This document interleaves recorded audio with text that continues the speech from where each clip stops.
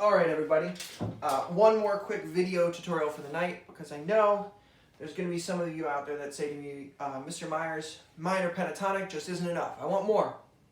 So the next step after you've gotten really good at soloing with your minor pentatonic is adding a little bit of chromaticism into your solo. What that means is taking a note that isn't in any of the chords or scales and using it to pass from a good sounding note to another good sounding note. So what I've done here is I've taken if I cover that B natural up, I've taken the F minor pentatonic, F, A flat, B flat, C, E flat, F, and I've put a chromatic passing tone between the fourth and fifth note.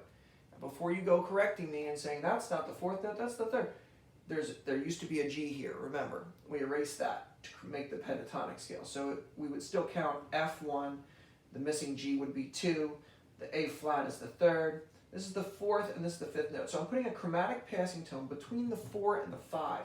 I'm going to call that a +4, otherwise known as a sharp 4. And if you put a sharp next to a flat, it makes it a natural. So there's my +4. That's going to give me that really cool bluesy sound that you're used to in the blues scale.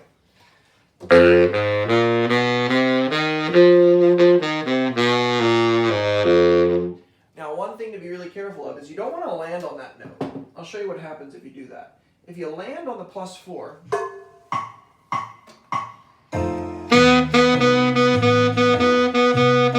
it just sounds wrong. But if you pass over it, if you use it to get from the 4 to the 5, it's cool.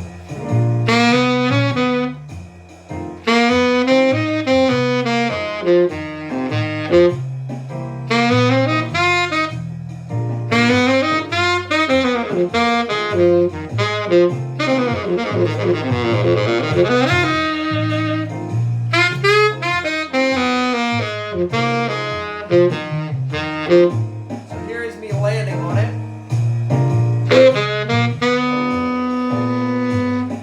Ooh, doesn't really sit right. Here's me passing over it.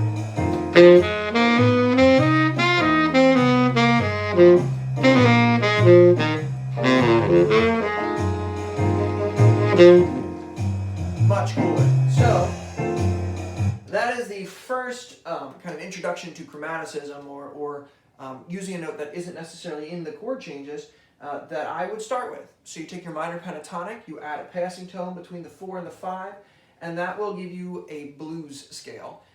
Again, all those notes sound great, except for this +4. It sounds great if you use it to get from here to here, but not to just sit on it. So hopefully that's been interesting. Hopefully you guys can start messing with that scale. Again, I will post this up in all 12 or in all the transposed keys so you can practice in your key. All right. Good luck, everybody. If you have any questions, let me know.